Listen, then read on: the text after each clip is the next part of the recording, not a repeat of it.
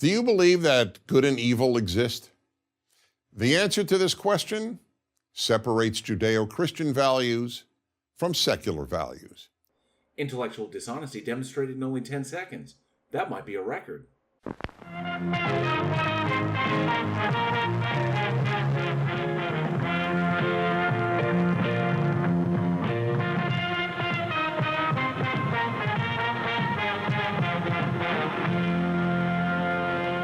Hey everyone, JL here, and welcome back to Bridge the Divide, where I examine irrational beliefs, the irrational behaviors that follow, and how we, with education, rationality, and reason, can bridge the societal divides that they create. Since I started addressing religious claims on my channel, I have had the dubious honor of addressing a wide variety of irrationality. And while it has taken me a bit, I finally get to cover a video from that controversial and non-academic group, PragerU. For those who might not be familiar, PragerU, or PragerU, is a 501c3 nonprofit advocacy group. It was founded in 2009 by screenwriter Alan Estrin and talk show host Dennis Prager to offset what they regarded as the undermining of college education by the left. Their focus is creating videos on an assortment of political, sociological, and economic topics that promote an American conservative view and advance their unique interpretation of Judeo-Christian values. They rely solely on donations to produce their content, often spending $25,000 to $30,000 per video. Their early funding came from fracking billionaires Dan and Ferris Wilks. And their other donors include a wide variety of extremely wealthy individuals, funds, trusts, and foundations, all of which have some connection to the alt-right movement. Not only does PragerU accept standard donations, but their followers can donate with cryptocurrency, stocks, direct IRA transfers, and they can even incorporate PragerU into their wills. Because making an alt-right, conspiracy-minded YouTube channel your legal beneficiary is apparently something that's done these days. Given the minds behind it, it comes as no surprise that PragerU has courted its fair share of controversy over the years. Their content has been cited for spreading conspiracy theories and dangerous rhetoric regarding government overreach, voter fraud, immigration, climate change, racism, LGBTQ, Islamophobia, and many, many more. In 2019, former GLAAD journalist Drew Anderson noted PragerU's ties to white supremacy and the white power movement.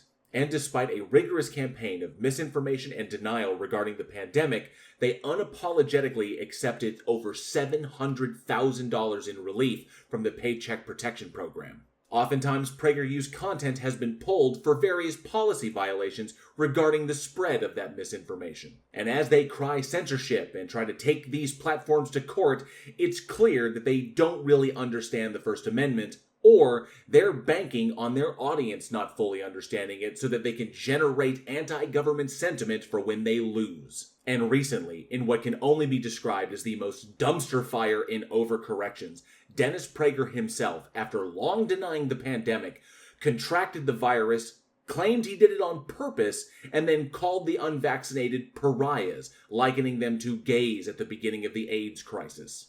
Oh yeah, this bloated and weary Q-tip salesman actually went there. Needless to say, PragerU isn't really interested in the truth about anything. They're really more interested in fueling alt-right paranoia to line their pockets. Now, I could go on all day about PragerU's agendas and tactics, but let's get to the video. In this particular one, exhausted funeral director Dennis Prager claims that without God, murder isn't wrong. So let's just see how this bleached out set of bagpipes tries to back this up. Do you believe that good and evil exist? The answer to this question separates Judeo-Christian values from secular values. So there's a couple of problems with what Prager has kicked off here.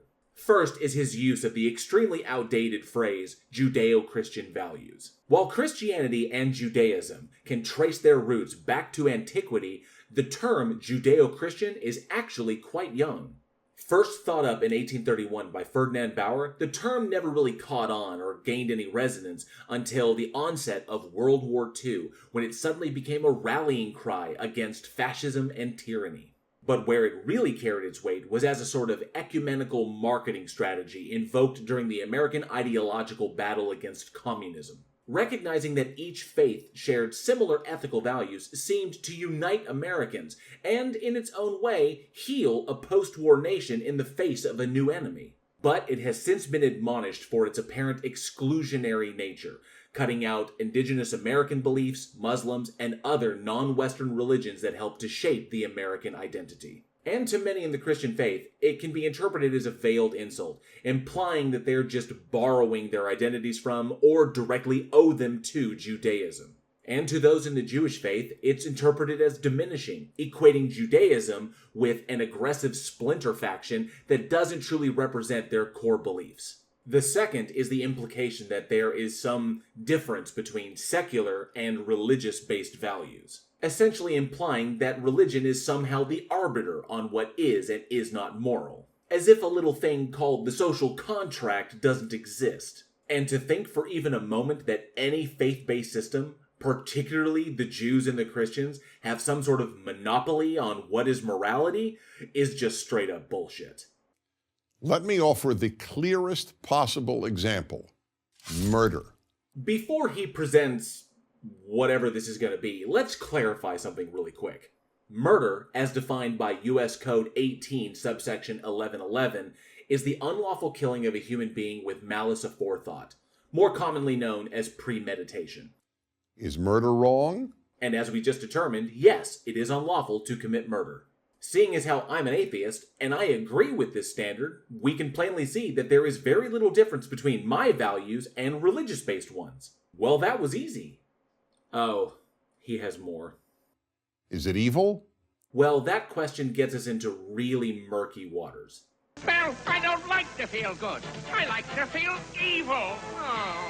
Evil is a description we apply to certain actions, usually after the fact. But determining what is and is not expressly evil is wholly subjective to the individual or to the society that is doing the interpretation of the action. And that subjectivity is also dependent upon if the interpretation is done before, during, or after the action, because the presence or absence of more context can widely shift the ultimate determination. And those conclusions can even be influenced by past experiences, beliefs, philosophies, goals, and ideologies. Evil, much like beauty and other similar concepts, really is in the eye of the beholder. So, while asking if murder is lawful will receive a straightforward answer, asking if murder is, in and of itself, evil is actually a loaded question, because the question implies that an objective standard of evil actually exists.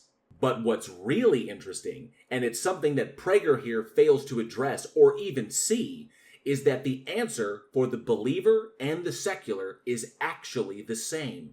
The secular will say that while initially deemed unlawful, it heavily depends upon the exigent circumstances surrounding the incident. But the believer will say, yes, absolutely, murder is evil. Unless, of course, the act is perpetrated or commanded by their God. So, for both sides, if the circumstances call for it, murder is not necessarily evil. To be honest, Prager, with an annual budget of $10 million, I expected more than this. Nearly everyone would answer yes, but now I will pose a much harder question. How do you know? Typically, humans have this wonderful thing called empathy, which is an emotional identification with others. Our empathy generally extends to those that we identify with, such as friends and family, but also to those with which we share experiences, organizations, beliefs, or even ideologies. Also, as stated before, the law itself, because murder, whether individual on individual or group on group, is seen as an overtly harmful action to the society. Thus, it was declared illegal! I'm sure you think murder is wrong, but how do you know? Asked and answered. Empathy and the law. If I asked you how you know that the Earth is round, you would show me photographs from outer space or offer me measurable data. Whew, was a little scared there for a moment. But yeah, he's right. Measurable data works, and it's one way that we can directly observe the destructive collateral effects of violent crime on a society. But what photographs could you show? What measurements could you provide that prove that murder or rape or theft is wrong. The fact is, you can't. Sorry, Prager, you're dead wrong on that. You know, because we're talking about murder. Yeah.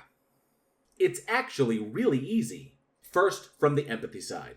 We ourselves don't want to be victimized. We can imagine the horror of it, and by extension, we can connect emotionally with the horror that others feel when they are victimized, especially when it's someone we've personally identified with. Secondly, it's the absolute beauty of a field called statistics. When it comes to violent crime, statistics can not only show the areas within a society in which reported crime is high, but it can also show the collateral effects of that violent crime. When violent crimes such as murder, rape, and theft are high, it has demonstrable effects on the statistics of real estate, average incomes, average educational levels, overall health, and drug and alcohol abuse statistics, just to name a few. Just for a quick summary. High crime leads to people not wanting to live in places out of fear, which drives real estate prices down. It also means that people don't want to work or establish businesses in these areas due to the risk, leading to a loss of jobs. Employment goes down, which drives average incomes down, which are further diminished by the reduced working population because most employable people move away. Because crime is high, school becomes an option instead of a requisite. To make money, and for perceived safety in numbers, one is more enticed to join a gang. Education levels go down, while the confidence in successful criminal activity that comes with greater numbers goes up, leading to a vicious cycle. And high crime increases overall stress and unhappiness indexes, thus increasing drug and alcohol abuse and suicide statistics. And it goes without saying, engaging in crime is inherently dangerous, which leads to higher felonious injury and death rates. Not to mention, high crime increases the risk of volatility in any possible situation, which leads to an increase in violent police interactions. Even worse, persistent violent police interactions leads to an eroded trust in law enforcement, which leads to more unreported crimes and more violence as people take the law into their own hands. So yes, Prager, the wonderful world of statistics provides measurable data regarding violent crime and its effects on a society. There are scientific facts, but without God, there are no moral facts. That is just blatantly dishonest and logically fallacious. First, it assumes a God exists, which has not yet been demonstrated. Secondly, it assumes that morality can only exist if a God exists. Third, even if there was a God, it mistakes the subjective morality of God for being objective. Unfortunately for you, Prager, not only is there no objective standard for morality, there can't be one. When we describe something as being the objective standard, what we're basically saying is that it is true in all possible worlds, regardless of opinion, power, or influence. Any existing agent, including any god, could never affect the standard. They could only appeal to it. So even if a god were to exist, morality would still be subjective to its personal determinations. For believers, God may be the arbiter of what is and is not moral, but in several cases, God has changed its mind as to what those are.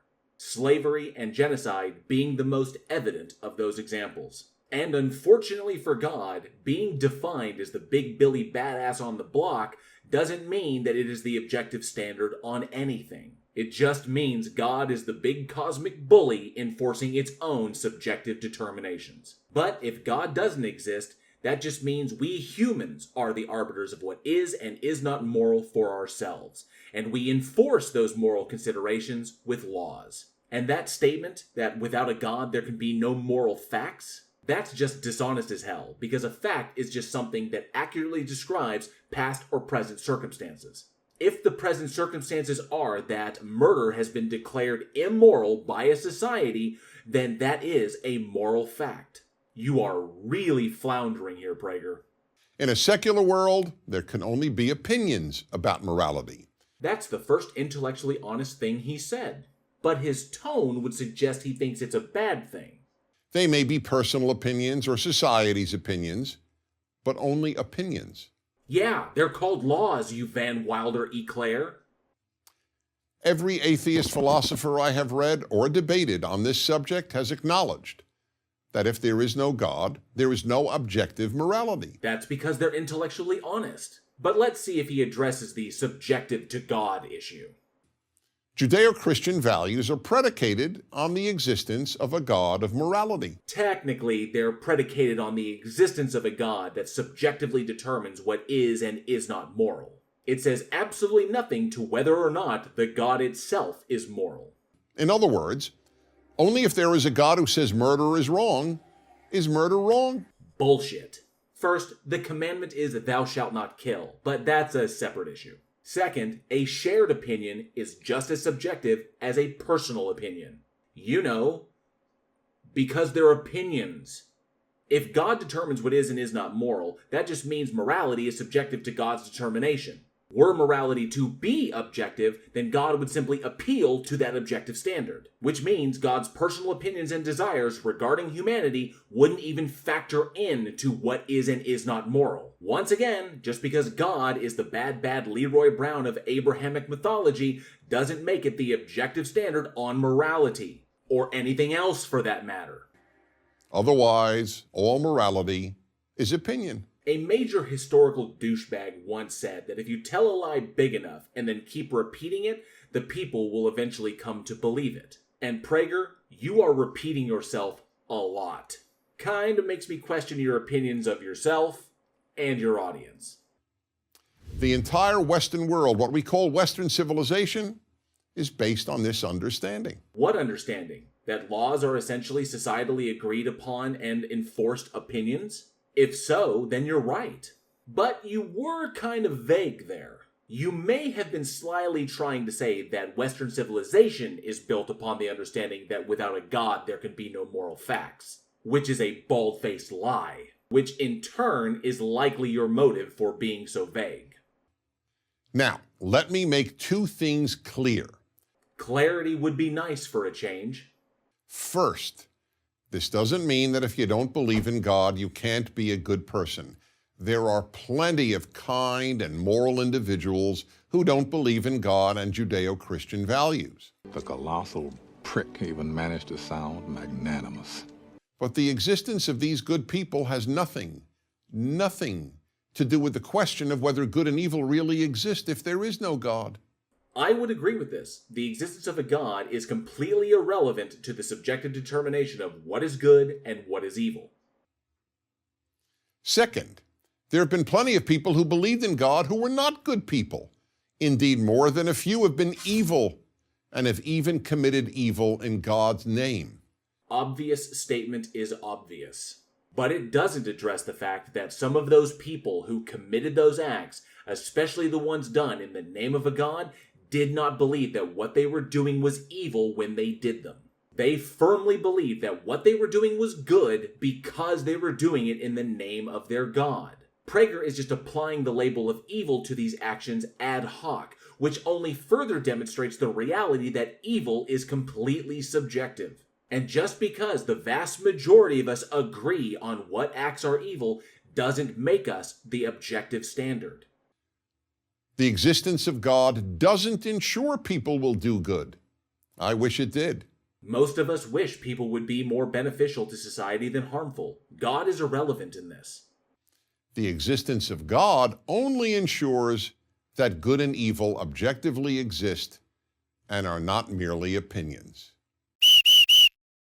Finally, he made the claim, and of course he's assuming God exists to make it. But he still hasn't addressed the subjective to God argument, and I doubt he will, because it destroys everything he's been espousing here. Without God, we therefore end up with what is known as moral relativism.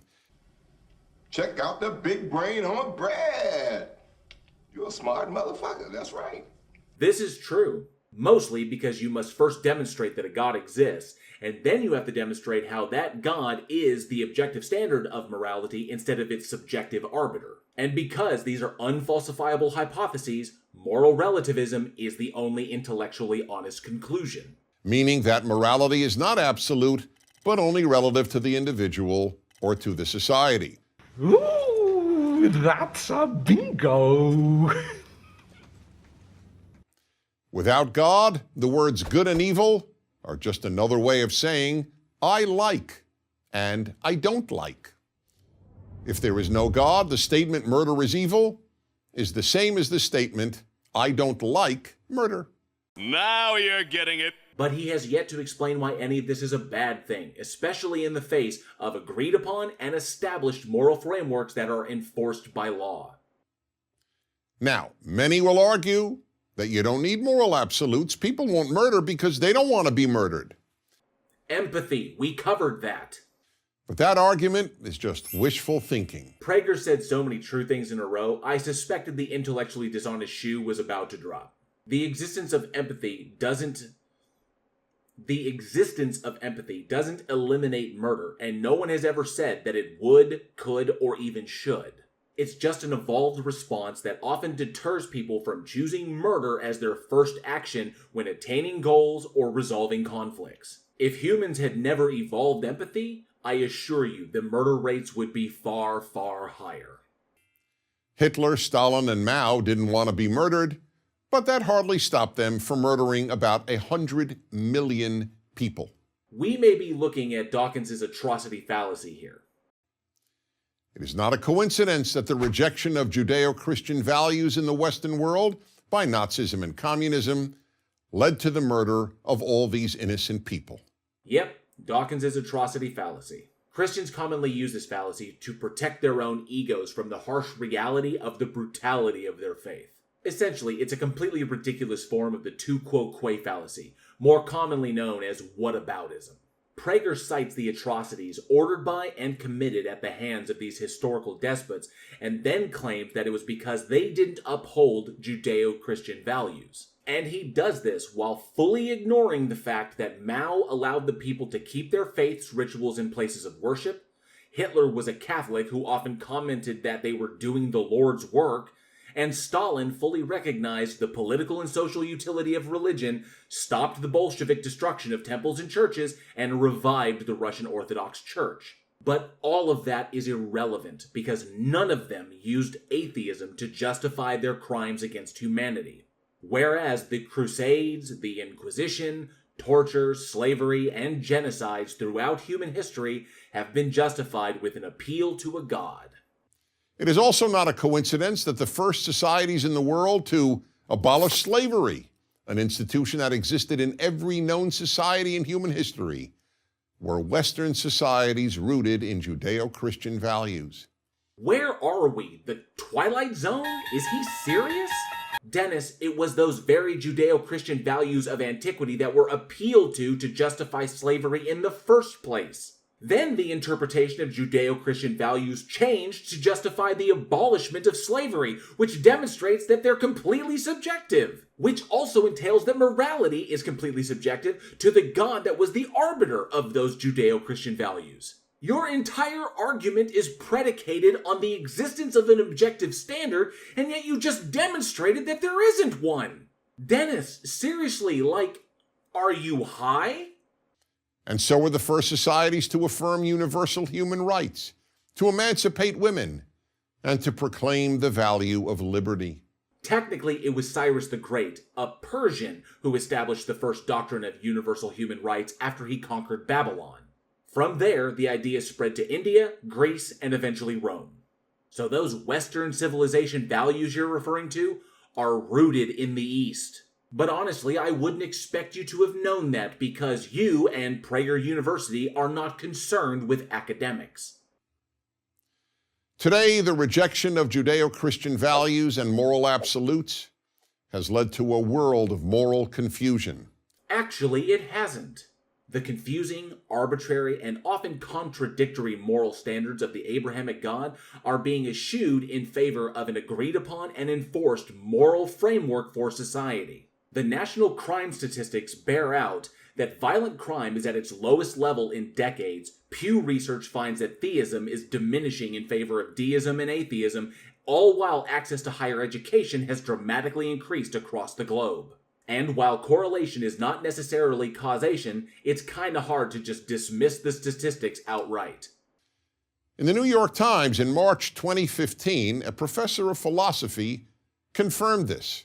He wrote, "What would you say if you found out that our public schools were teaching children that it is not true that it's wrong to kill people for fun. Well, that's not even remotely in the same ballpark as the topic that you started on, so the question is completely irrelevant. Also, questions like that are typically reserved for higher education, usually in philosophy or sociology courses. And lastly, public schools don't teach that because we all agree upon a social moral framework. Is this the part where Prager just goes insane and flings around a bunch of flashy crap to try and disorient his audience? Would you be surprised? I was. Yeah, because it would violate the currently accepted moral standard in this nation. Obviously, there would be pushback on that. This question says nothing as to the existence of an objective moral standard. It just reinforces the fact that morality is subjective because it implies that the standard could change. The professor then added, the overwhelming majority of college freshmen view moral claims as mere opinions. What the f***? This guy being quoted first said public schools, which are grades K through 12 and are state funded.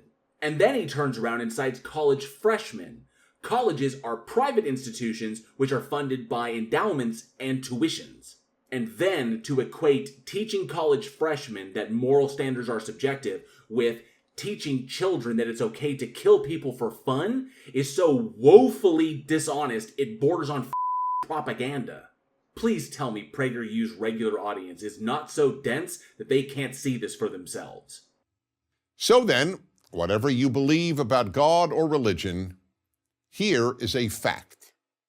Without a God who is the source of morality, morality is just a matter of opinion.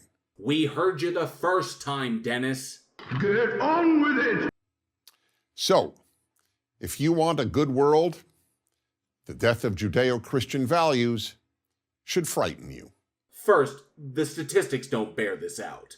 And second, nice propagandist declaration calling for the overthrow of other religions in favor of your subjectively determined morality. Way to dog whistle to the Christian extremists there, Chief.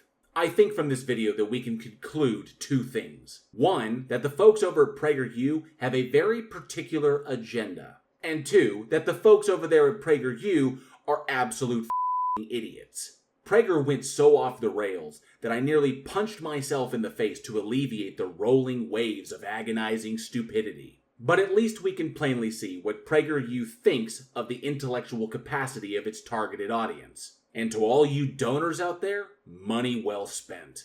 Thank you all for watching. I hope you enjoyed the video, and if you did, please like, share, and subscribe. And be sure to hit that bell for notifications. And be sure to leave a comment below. I really love reading your responses, and those interactions help with that evil algorithm. And just a heads up, April is Autism Awareness Month, and to help promote awareness, I'm going to be dyeing my beard blue. Oh, and if you love scary movies and film history, be sure to check out me and my filmmaker friends over at the Week in Horror podcast, now in our 3rd season. All the links you need to become a channel member here or support the podcast over there are in the description below. Once again, thank you all so much for your continued support. And as always, be safe, be excellent to each other, and together we can bridge the divide.